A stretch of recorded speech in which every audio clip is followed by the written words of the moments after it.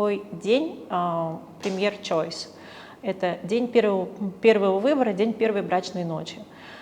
То есть, когда развешиваются картины на выставке, когда начинается экспозиция, самые большие ключевые игроки первыми имеют право выбрать, что им купить.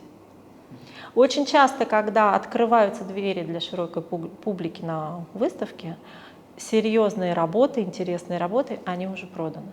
Продается на аукционе картина Мунка «Крик» за 120 миллионов. А у меня как раз есть лишние 120 миллионов. И я думаю, куплю я этого Мунка, да, а через 5 лет я захочу продать. Возможно, захочу продать. А он будет не 120 миллионов, а 12 миллионов. Мы видим Рубенс, а на самом деле это не Рубенс. Это школа Рубенса, где Рубенс всего нарисовал одну руку, а своему мастеру, своему ученику сказал: а ты здесь нарисуй небо, а другому говорит: а ты здесь нарисуй дерево. И условно говоря о том, что это Рубенс, мы можем иметь в виду, что это школа Рубенса. И получается так, только профессионалы, только специалисты по Рубенсу, а это люди с мировым уровнем, они должны перелопатить такое количество литературы, просто невероятное, могут сказать, Рубенс ли на самом деле это, либо это школа Рубенса. Новые русские выходят с Сотбис этого аукциона, говорят: так, открытку купил, пойду подарок искать. Существует список ворованного искусства, который... Да, черный список арт-объектов. Например, когда попадают...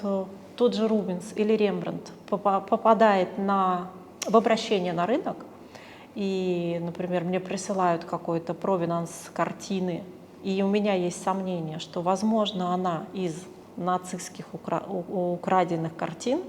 Первое, что я должна сделать как профессионал, проверить этот список. Друзья, всем привет! Вы на канале «Кому что в Испании». И здесь мы встречаемся с интересными людьми, которые живут в Испании и занимаются интересной профессией, например, как Наташа. Такие вопросы про твою необычную профессию. Мы находимся в Испании, на Коста-Бланка, ты здесь живешь и занимаешься своей деятельностью.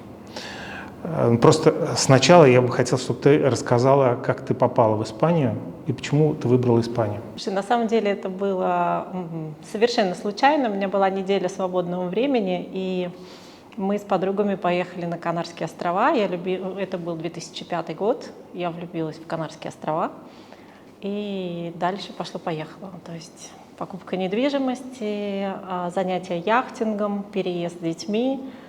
Но в какой-то момент мне там стало тесно, и я переехала на континент.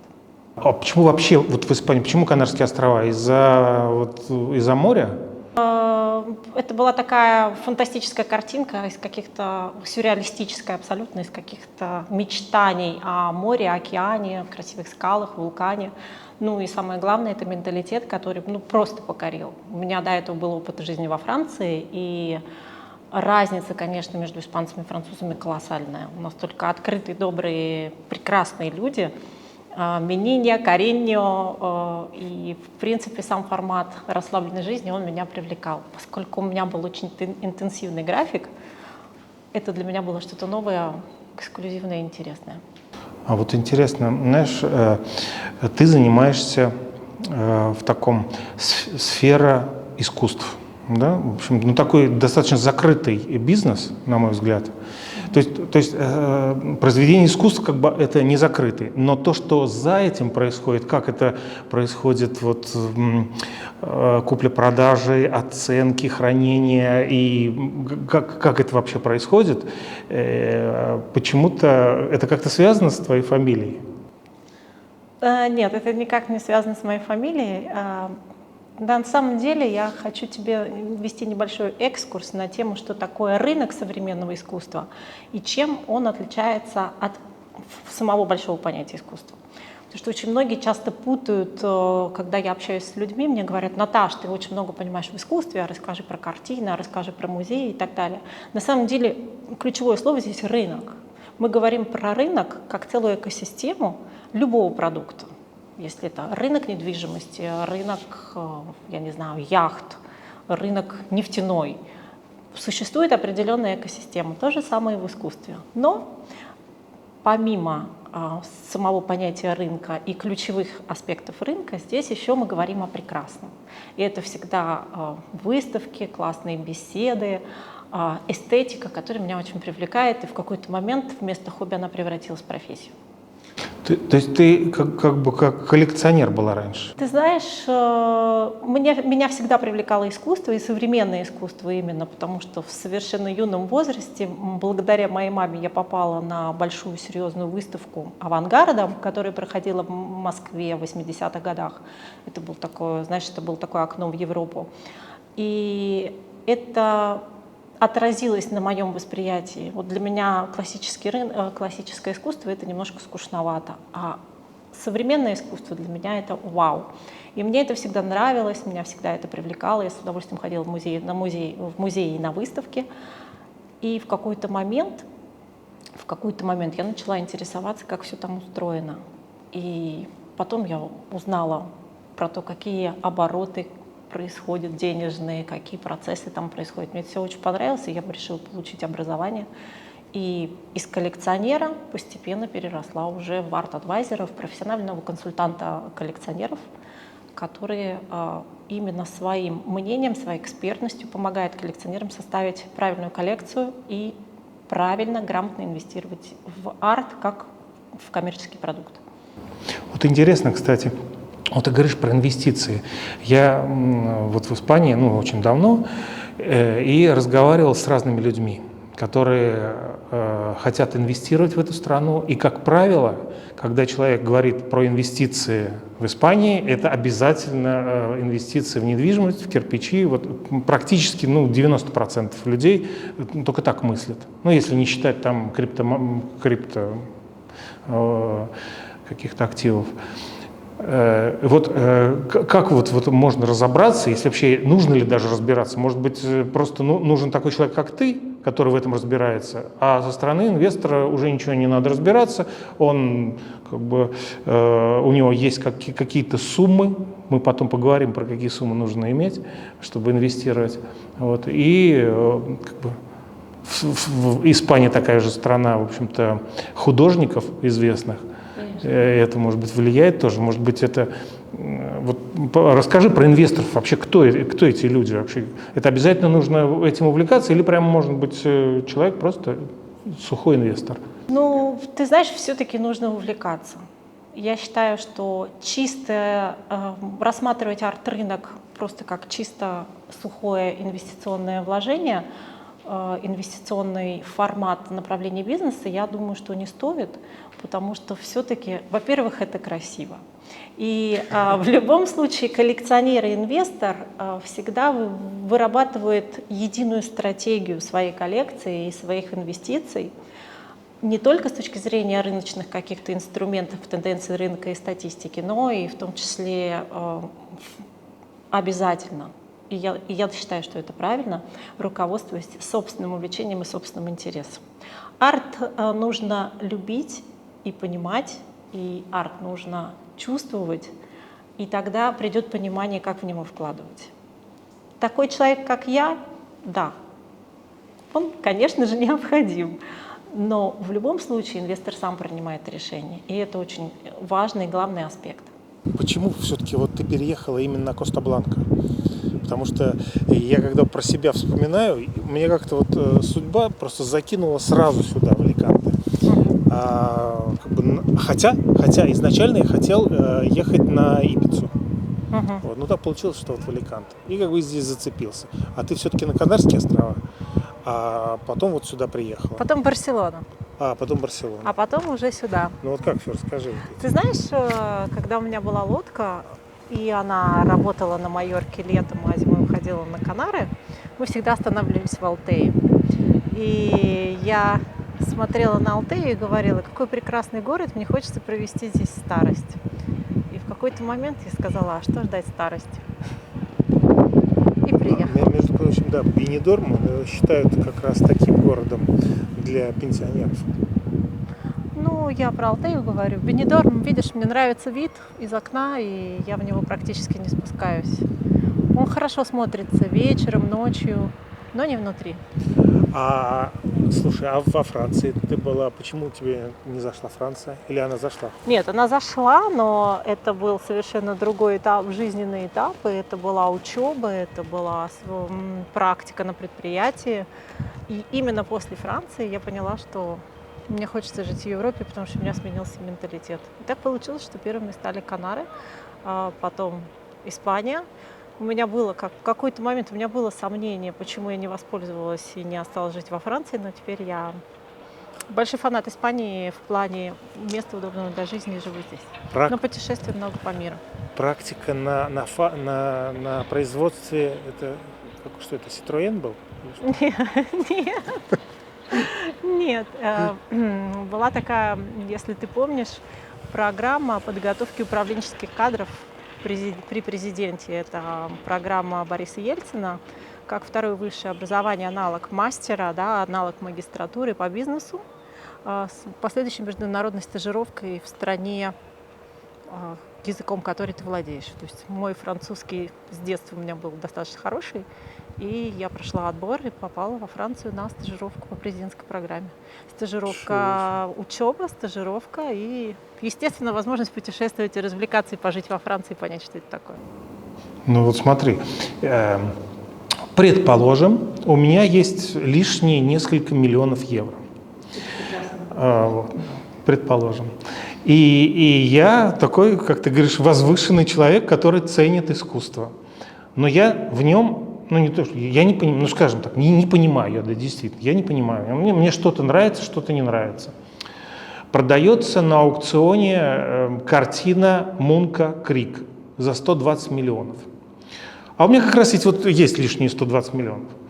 И я думаю, вот куплю я этого Мунка, да, а через 5 лет я захочу продать. Ну, возможно, захочу продать. А он будет не 120 миллионов, а 12 миллионов. Вот как мне от этого, или вообще можно от этого как-то застраховаться? Слушай, ну, во-первых, с Мунком такого никогда не случится, но когда мы смотрим статистику аукционов, это прежде всего, это, конечно же, ценовой ориентир, но обычно это потолок. Поэтому я рекомендую рассматривать аукционы как инструмент, как данные, которые есть на рынке, но не всегда как показатель настоящей цены картины. Это первое. И второе, конечно же, ни одна картина не застрахована от падения. Но есть... Или от взлета? Или от взлета. Но есть, как и на всех рынках, бизнес-рынках, рынках валют, криптовалют, акций, есть понятие волатильности. Есть низкая, средняя, высокая волатильность объектов произведения искусства. Если ты говоришь о Мунке, это голубые фишки арт-рынка, арт-биржи. Гарантии того, что эта картина не упадет в цене, очень большие. Гарантии того, что она стремительно взлетит, навряд ли. Если что-то не произойдет интересное, какое-то глобальное событие в мире, и останется один единственный Мунк, и тогда... Какие-то произведения, все остальные произведения вдруг сгорели. Крали с Лувра, например. И тогда из чего состоит цена любого произведения искусства? Прежде всего, из уникальности. Чем выше уникальность объекта, чем больше его международное институционное признание, то есть признание музеев, признание арт-критиков разных поколений, не только современных, да, и старых времен, тем больше и правильнее у него цена, и меньше у этого объекта, и меньше у него волатильность. То есть мы можем говорить о том, что есть такие голубые фишки на арт-рынке, которые с покупкой каждый год прибавляют тебе минимум 4-5%. Это очень важный фактор, который обязательно нужно учитывать, когда ты вкладываешься в искусство.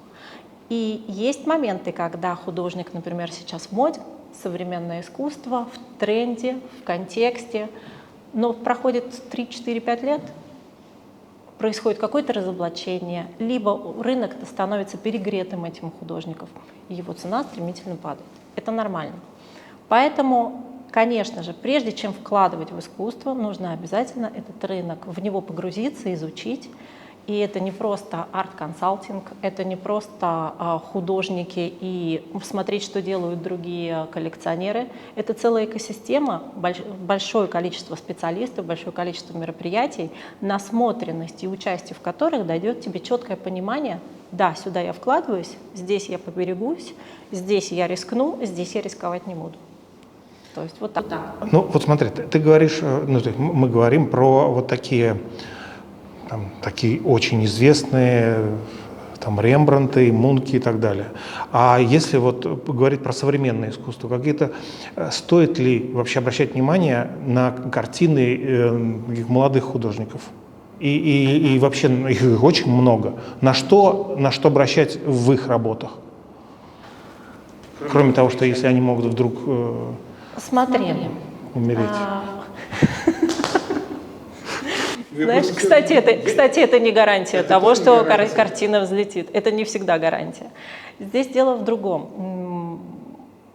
Ко мне очень часто обращаются художники и просят дать совет, как быть визибле, да, на испанском, как быть видимым для потенциальных покупателей, потенциальных инвесторов, и что для этого нужно предпринять. Смотри, очень важно, когда я рассматриваю для кого-то или для себя покупку молодого начинающего художника, очень важно рассмотреть его резюме. Не только направление живописи, да, не только направление в арте, но и какое направление в карьере выбирает художник. Если художник рассчитывает исключительно на продажу картин, на выставки в 2-3 галереях, и очень ему хочется продаться, себя позиционировать в Инстаграме, мелькать в рилсах, мелькать на телевидении, это один момент. Я бы в такого художника не вкладывалась. Если за этим художником стоит только медийность, это как раз тот путь, который ты говоришь. Он может очень быстро взлететь и очень быстро упасть в цене.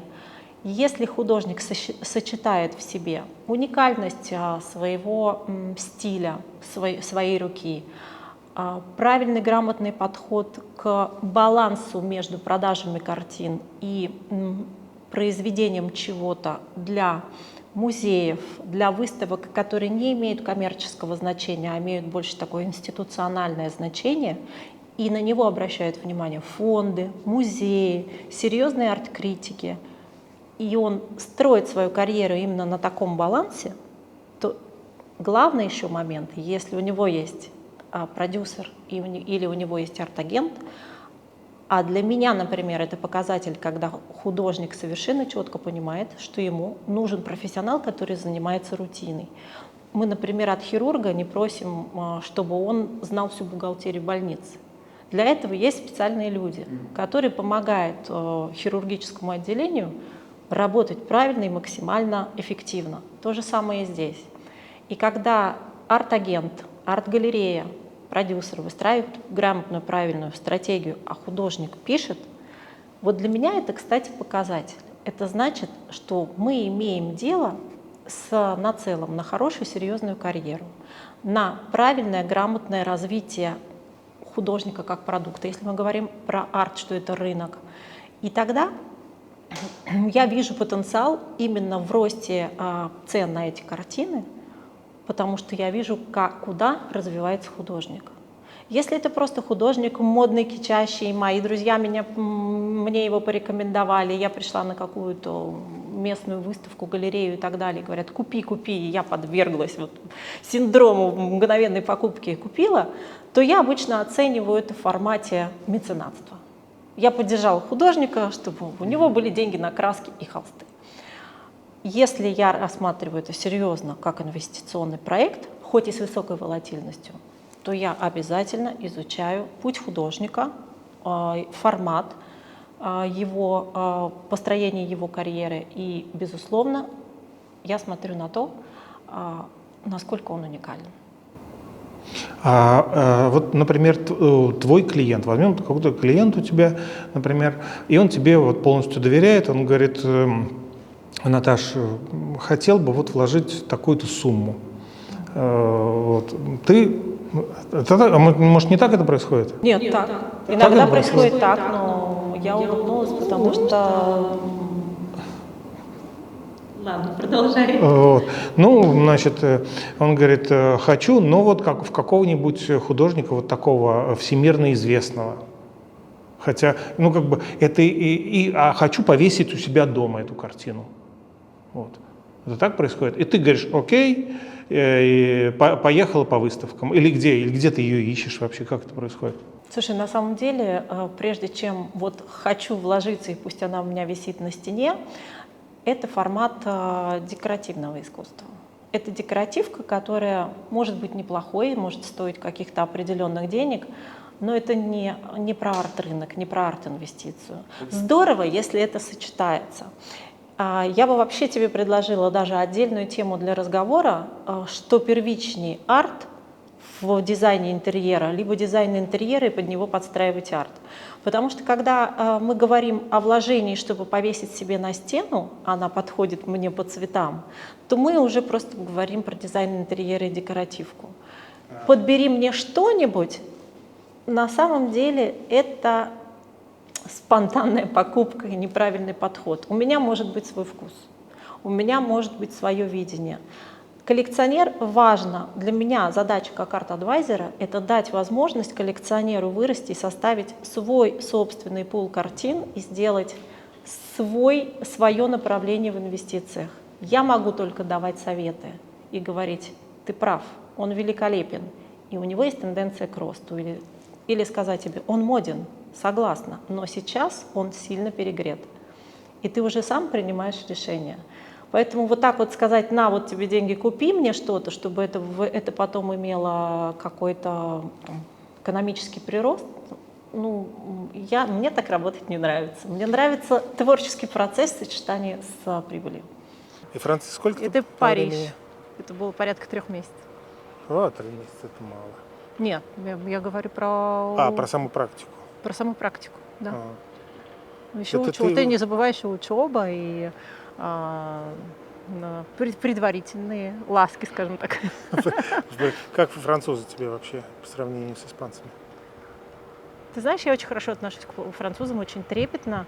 И мне кажется, это великая нация, великая культура. И поскольку у меня с детства всегда было все французское рядом со мной, я к французам отношусь очень хорошо. Но испанцы для меня — это максимум позитива, улыбок, солнышка, комфорта. Ну и они, конечно, немножко с линцой, но кто из нас не с линцой? Южане. Ну, я тоже ленивая. А во Франции в каком городе? Париж. Ну, я очень хорошо попутешествовала по всей Франции. За это время мне было достаточно совершенно времени путешествовать по всей Франции. Я очень хорошо знаю Францию. И в дальнейшем очень много была во Франции по работе, и по арту, и по другим направлениям.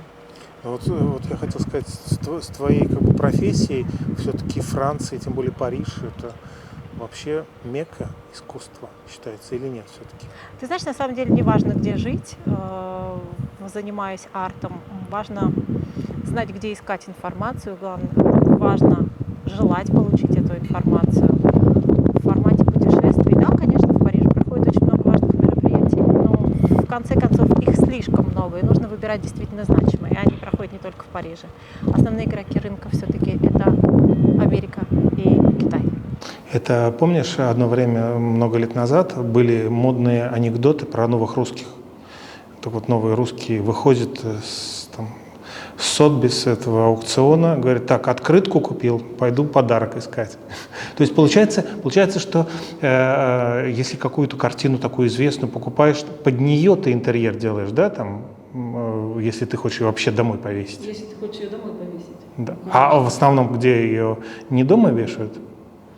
Как вообще хранят? Вот эта интересная тема такая. Формат владения картинами, он совершенно разный. Ты можешь хранить ее дома, ты можешь хранить ее на специализированных складах, где есть совершенно уникальная система фрипортов, по-испански это называется Зона Франка,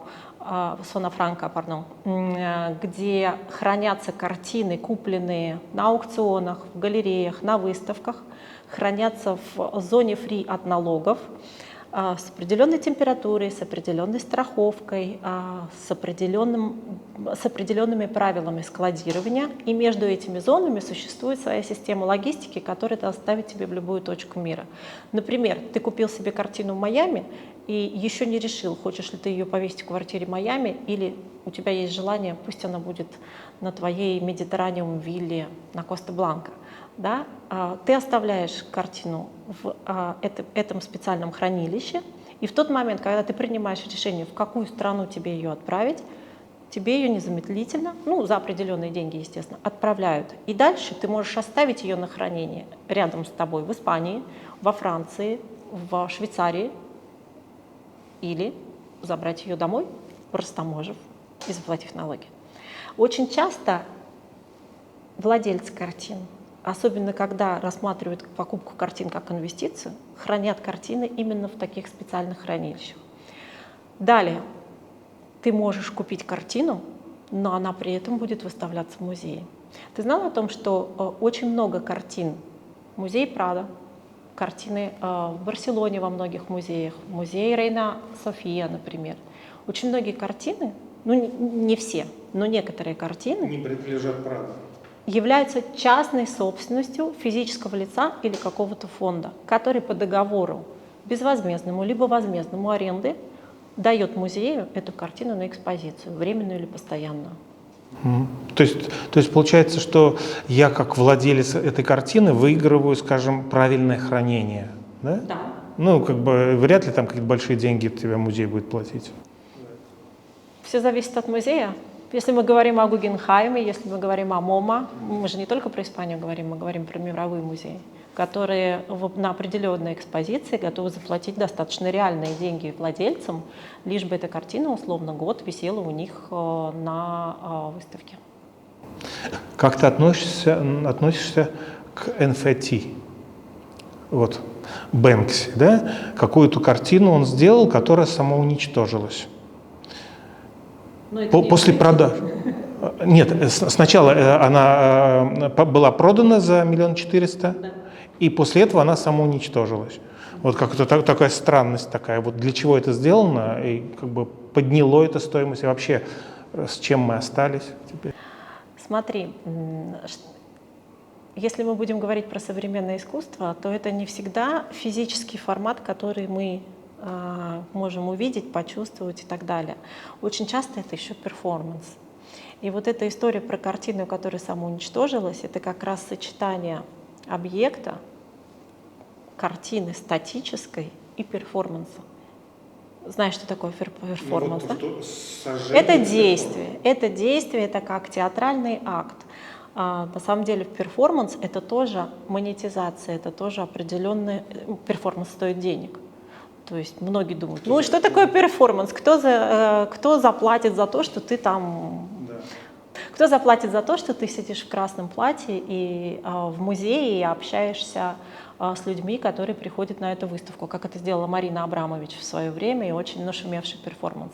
На самом деле это акт, это режиссерский сценарий, полностью прописанный, который стоит определенных денег. И повторить его вы можете в том виде, в каком он есть, от автора перформанса, только в том случае, если вы право владения на этот перформанс купили.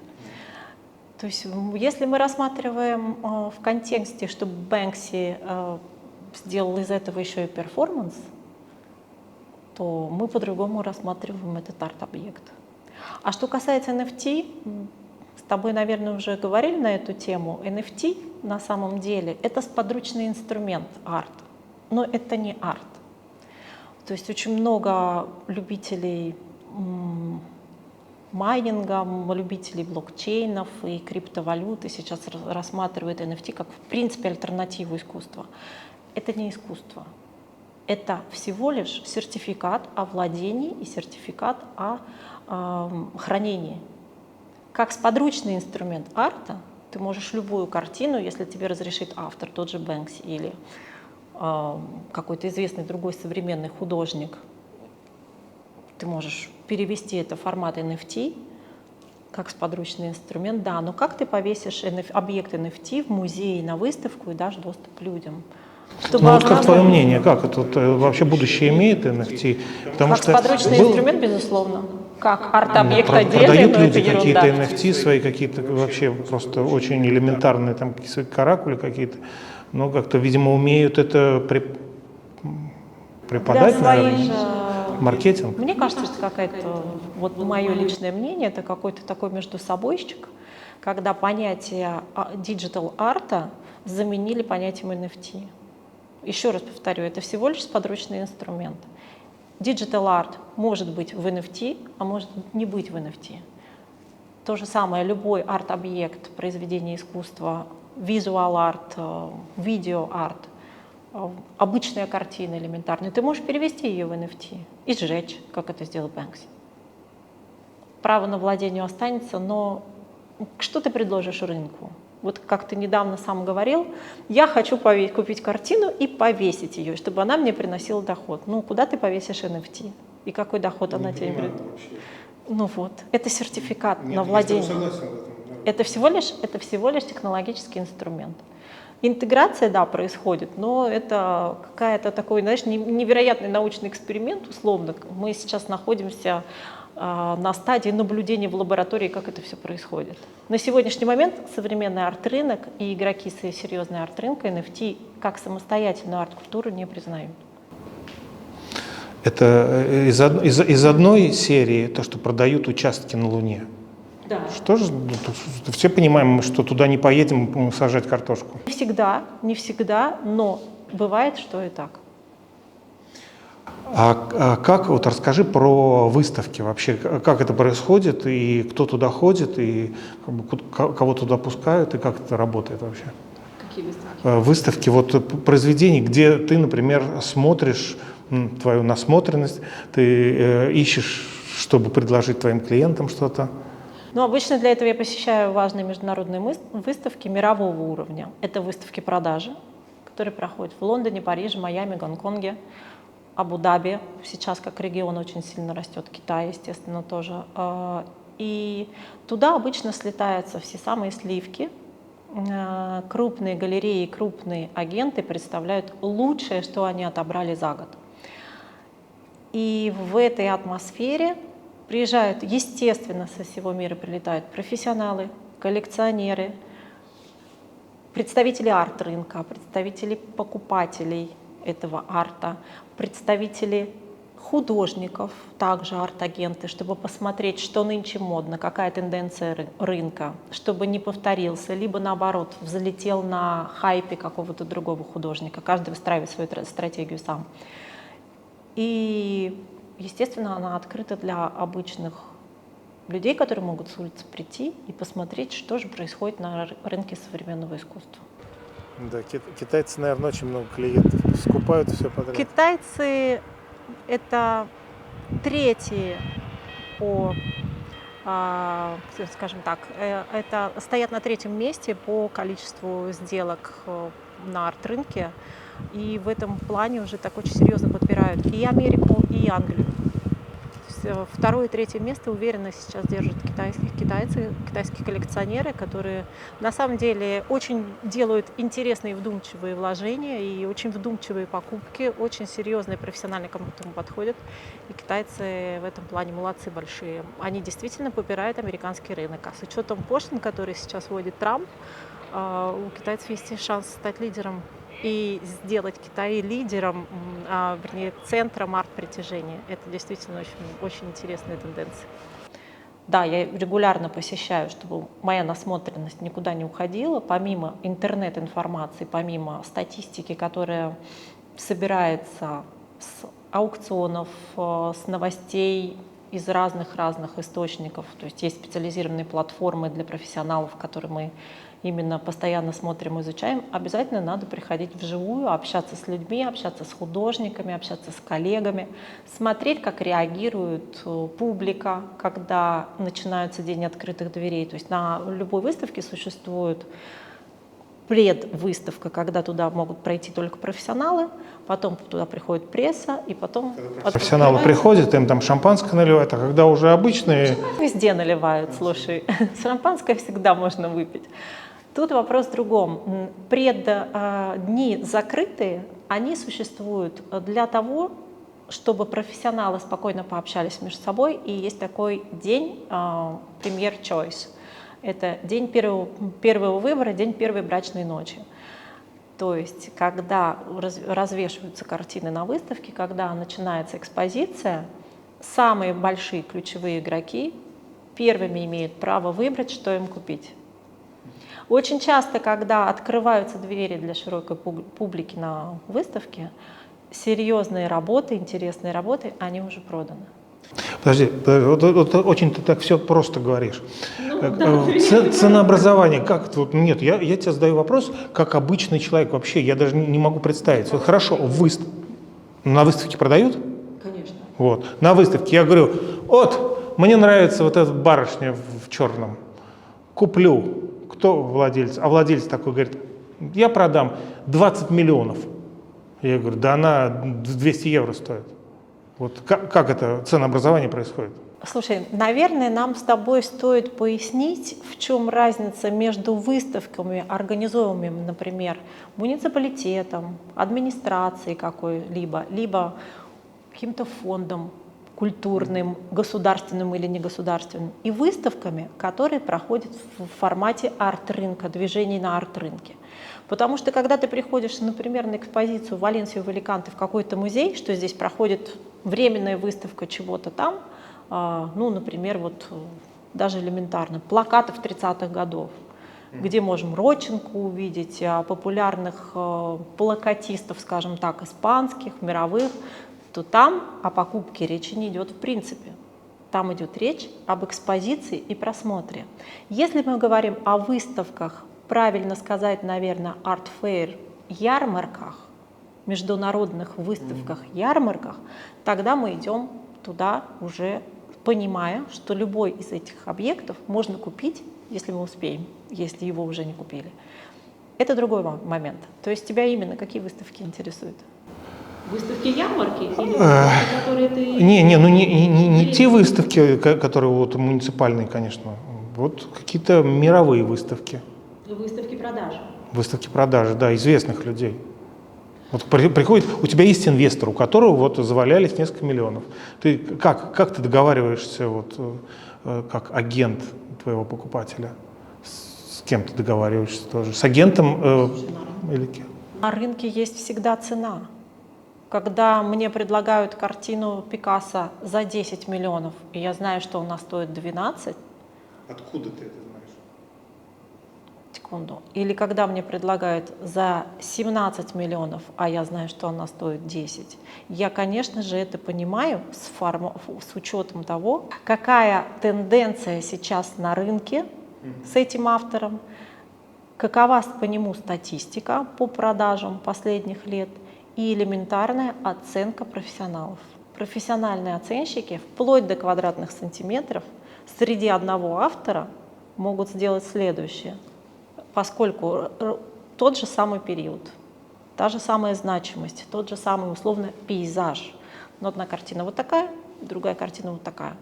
И, соответственно, здесь еще принимается формат размер картины, да, и стоимость квадратного сантиметра. То есть это многоступенчатая система оценки.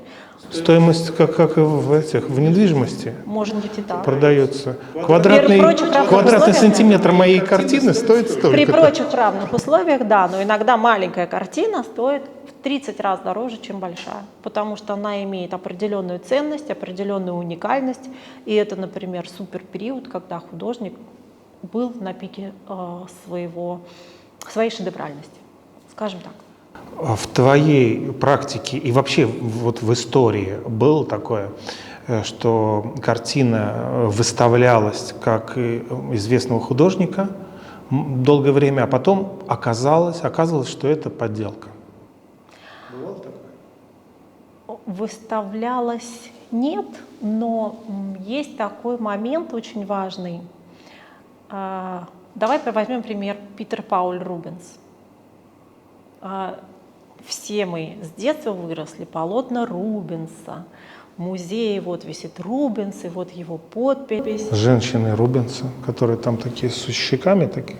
Но у него много разных историй, библейских, природных, женских и так далее. И мы говорим «Рубенс». Мы смотрим и видим, да, это Рубенс. На самом деле Рубенс — это классный, офигенный креативный директор, который еще на стыке 16-17 веков, или 15-16, какой там, 16-17 веков, создал целую инфраструктуру, и на него работало большое количество людей. И вот, например, мы видим Рубенс, а на самом деле это не Рубенс, это школа Рубенса, где Рубенс всего нарисовал одну руку, а своему мастеру, своему ученику сказал: а ты здесь нарисуй небо, а другому говорит: а ты здесь нарисуй дерево. И условно говоря о том, что это Рубенс, мы можем иметь в виду, что это школа Рубенса. И получается так, только профессионалы, только специалисты по Рубенсу, а это люди с мировым уровнем, они должны перелопатить такое количество литературы, просто невероятное, могут сказать, Рубенс ли на самом деле это, либо это школа Рубенса. Или рука только Рубенса. Или Рубенса только рука, все остальные 5 художники, кисти других художников. Помнишь, в советское время делали так, ЧОС делали актеры, создавали какую-то группу, там несколько девочек или там несколько мальчиков, неважно, становилась она известной, там Нанак, например, а потом он рассылал каждого мальчика по всей стране, и каждый, это ж Нана, он же из Наны, вот они там рубили капусту. Оказывается, вот они откуда взяли, это у Рубенса это все. И на самом деле он скрывал об этом. Многие обвиняют Энди Уорхола в тиражировании своих произведений, о том, что на него большая команда работала. На самом деле Энди Уорхол взял пример с Рубенса. Вот этот вот формат подмастерий, которые трудились на благо, Энди Уорхол, по крайней мере, этого не скрывал. И его Factory, компания Factory, где были специалисты по шелкографии, техники, там еще много разных целые коллективы трудились, а он просто подписывал автор, идея и подпись. То есть на самом деле это у нас существовало всегда в арт-культуре, в арт-мире. И сказать, что это подделка, мы не скажем. Сказать, что это подлинно, мы тоже не скажем. То есть важно в этой ситуации, чтобы специалисты это оценили. Поэтому ты говоришь «подделка». Явно так подделку никогда не повесят ни в какой музей, ни на какую экспозицию, потому что комиссары и кураторы выставки должны провести серьезную работу. Это большой скандал повесить, например, на стену в большом экспозиционном зале подделку Пикассо. Но... То есть не было такого в истории? Такие случаи в истории, естественно, бывают. Они говорят о непрофессионализме куратора. Скажем так, этика арт-культуры, рынка и общества, она существует. Просто в следующий раз этого куратора или этого комиссара или этого человека, который принес эту картину, не позовут на другие мероприятия. Для него закроются определенные двери. Потому что блэк-листы тоже существуют. И каждый специалист, который пытается сделать себе имя, либо добиться каких-то успехов в арт-индустрии, должен очень серьезно следить за своей репутацией. Проколы бывают у всех. Факап — это жизнь. Но профессиональные игроки арт-рынка стараются быть подальше от таких скандалов, подальше от таких сенсаций. Вот и все. Ну, видишь, да, но зависит тоже от страны. Вот, например, если ты живешь в стране, которая сильно коррумпированная страна, или где на тебя может власть надавить, и просто ты без работы останешься.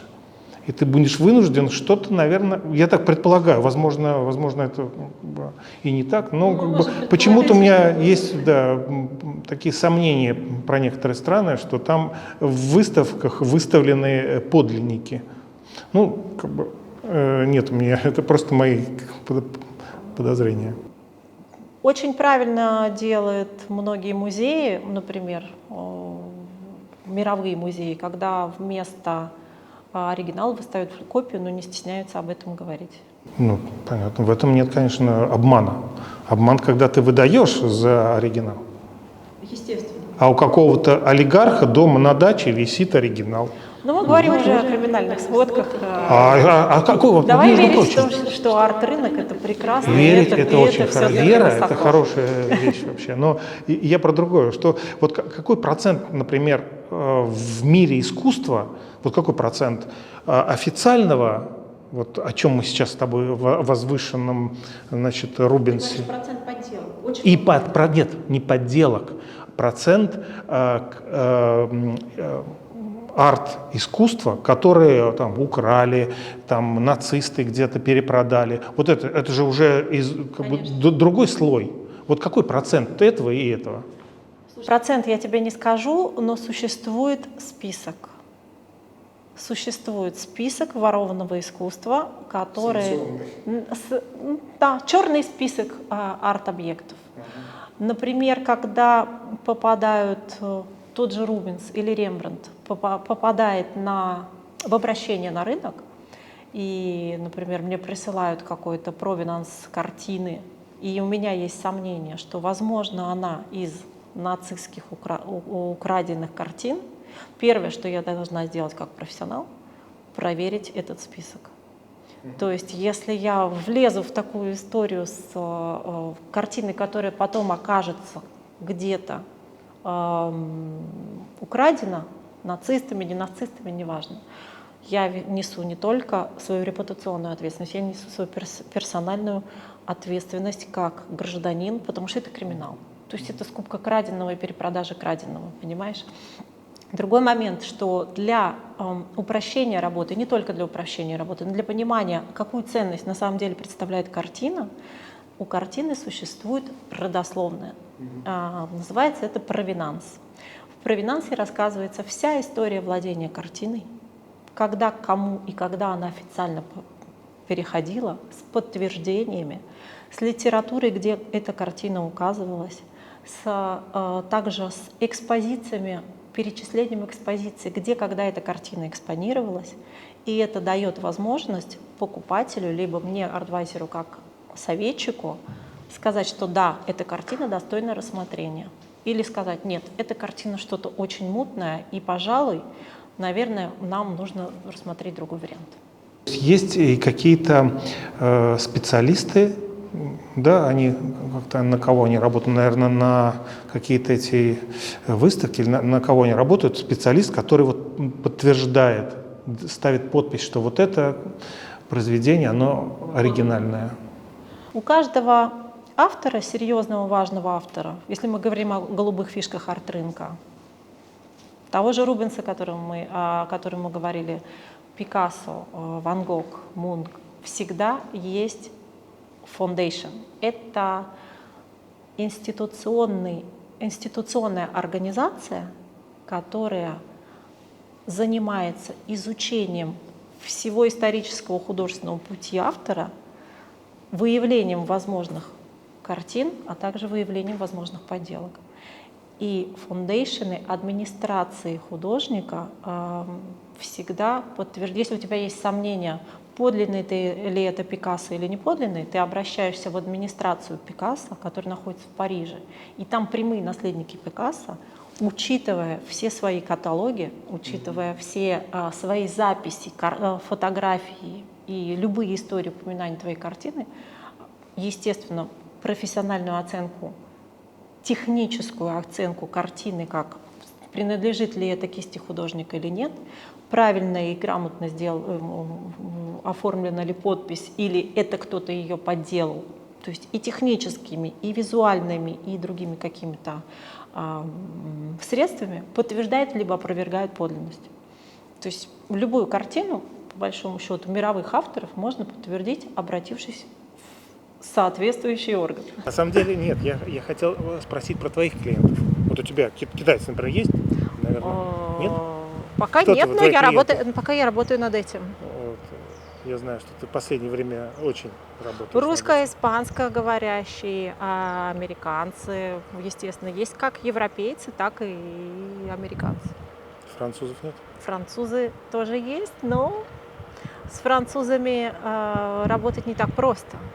Все-таки американцы более открыты к культуре международной, а французы признают только свое или ничего. То есть, естественно, на французском рынке французские специалисты, конечно же, они имеют больше возможностей, знают больше. То есть мой формат, то, что мне очень удобно, то, что я живу в Испании, это родина Пикассо, это родина Дали, это родина Гойи, это родина Веласкеса. Ты знаешь, очень часто бывают такие удивительные истории, и ты спрашивал меня по поводу возможности фальсификации и так далее. Очень часто происходят такие истории, когда в доме действительно наследстве люди находят оригинал Гойи. И это правда оригинал. Люди находят рисунки Пикассо. И это правда Пикассо. Я боюсь, что вот это сейчас трекет, это он будет, тут же нету этой махны. Так лучше? Да, так лучше.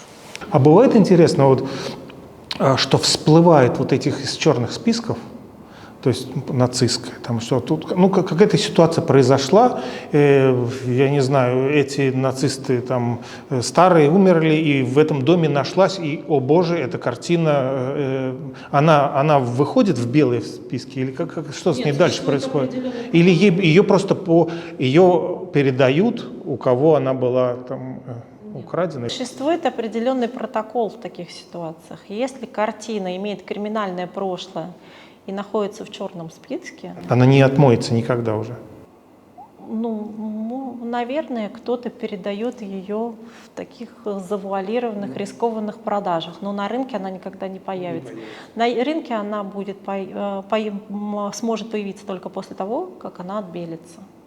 То есть официальное объявление о том, что она найдена, передача, соответственно, в фонд, foundation, администрацию того автора, про который мы говорим, подтверждение подлинности. Дальше юридические процедуры, кому принадлежит эта картина. То есть, если мы говорим про тех же нацистов, у кого нацисты забрали эту картину? Например, это какой-то был художественный фонд Франции. Значит, должны вернуть Франции. Франция решает, что делать с этой картиной. Помещает ее в музей, либо говорит, давайте продадим ее, а деньги, полученные от продажи этой картины на аукционе, пожертвуем в помощь. Вот я тебе про это говорю. Вот, я тебе про это говорю. Если, например, Франции вернули, и Франция продала как оригинал. Отбелено? Конечно. Специалисты подтвердили, что это она. Прошла государственную процедуру, конечно, отбелено. Ну вот во Франции это вот недавно украли, да? Какую-то картину. Вот мне хочется понять, это куда она, что с ней хотели сделать, зачем, или это просто какой-то каприз какого-то там мафиози, или что? Конечно же, теневой рынок существует. Я не могу сказать об этом, я об этом мало чего знаю, но в Даркнете все можно купить. Но моя тусовка, мое общество старается не связываться с подобными историями, потому что в любой момент ты не знаешь, как она всплывет и как она перевернется. Если я посоветую подобное коллекционеру, я, по сути, его толкаю на криминальное преступление. И в любой момент, когда к нему может постучаться полиция и арестовать, и если он скажет, что «Ой, это мне Наташа посоветовала», то, соответственно, мы будем вместе на скамье подсудимых. И это не только страх того, что меня за это посадят. Нет, есть определенные этические моменты, через которые я не переступаю. Вот и все. Я стараюсь работать на чистом, понятном, прекрасном, прозрачном рынке и не портить свою репутацию чисто из личных моих эмоциональных переживаний и душевной позиции. Наталья Дель Прадо Маркушин, арт-адвайзер, была сегодня с нами. Спасибо тебе большое.